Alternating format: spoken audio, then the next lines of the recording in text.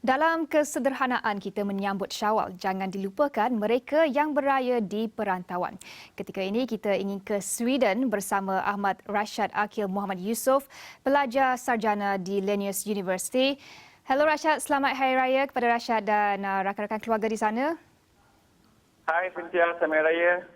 Ya Rashad, mungkin pertama sekali boleh kongsikan dahulu bagaimana suasana Aidilfitri di sana. Adakah masih dibenarkan kunjung-mengunjung? Adakah masjid dibuka? Bagaimana Rashad? Kalau nak cakap kunjung-mengunjung dekat sini boleh, tapi dia tidak ada larangan lah, kecuali diorang recommend yang jangan pergi mengunjung orang tua, orang yang over the age of 70 yang high risk group lah.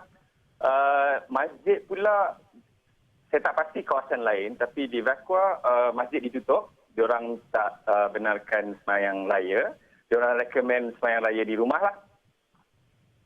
Bagaimana pula dengan Rashad sendiri? Adakah bagaimana sambutannya di Sweden, kerana difahamkan Sweden berbanding dengan negara Eropah yang lain dalam mengekang COVID-19 agak berbeza kerana dibenarkan masih berhidup seharian seperti biasa. Tidak ada larangan, perintah berkurung. Jadi dalam sambutan Aidilfitri ketika ini di Sweden, bagaimana Rashad menyambutnya dalam keadaan COVID-19? Untuk saya, sebab daripada awal lah, sebelum ni memang saya akan limitkan perjalanan saya lah. Memang saya tak keluar daripada city ni, daripada Vakwa, daripada sini. Dan saya stay dalam sini, dan kawan-kawan yang saya pergi melawat pun kalau boleh saya check dululah. Kalau kita berjumpa untuk kerja ke apa, macam okey, ada tak nak visit orang-orang tua ke apa ke. Kalau tak, dan bolehlah. Sebab antara orang-orang muda, saya rasa memang kita orang tak ada masalah berjumpa. Cuma kita risau kalau ada yang berjumpa orang tua lah. So kalau ikutkan sambut Hari Raya pula, untuk saya hari ni saya tak sambut pagi.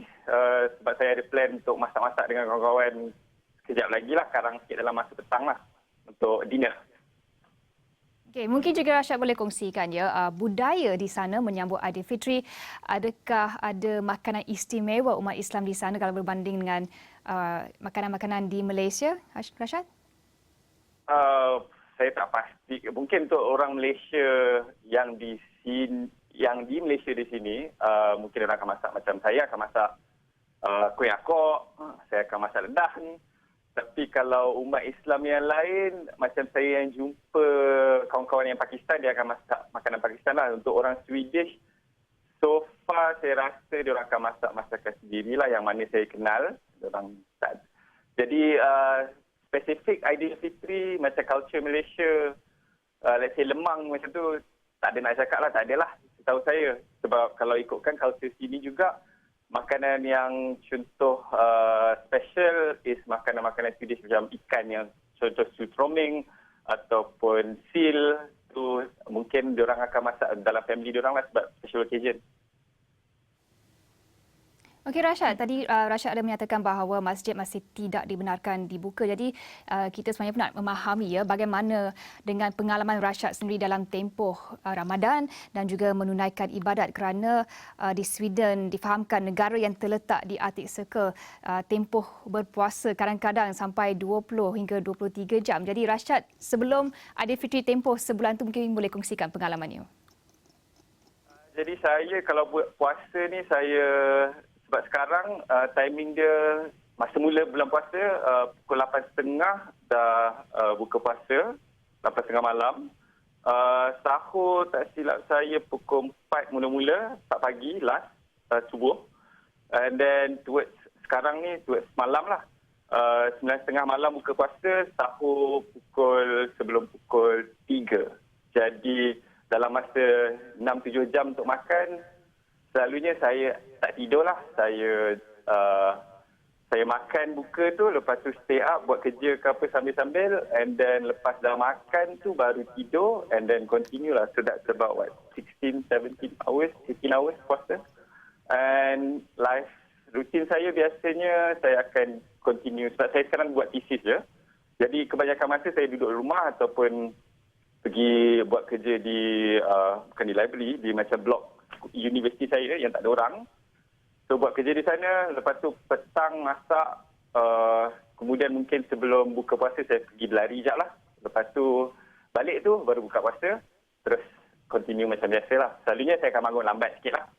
Sebab tidur, tak sempat tidur malam. Sebab lagi satu pukul 4 pagi dah matahari terik. Dah naik lah. Okey, Rashad, bagaimana perikatan dengan rakan-rakan Malaysia yang lain di Sweden dalam menyambut Aidilfitri? Mungkin adakah juga bersama-sama dengan kedutaan Malaysia di sana untuk menyambut? Bagaimana?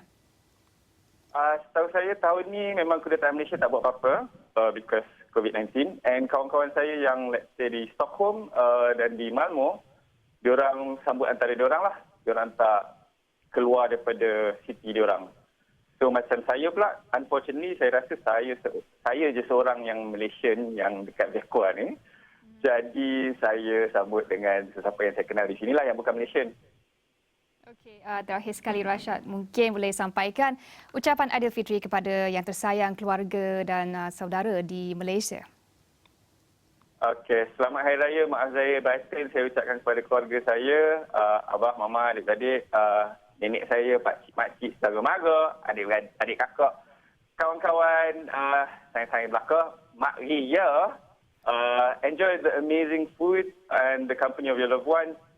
Jaga diri korang elok-elok, jangan travel, cuci tangan, stay safe.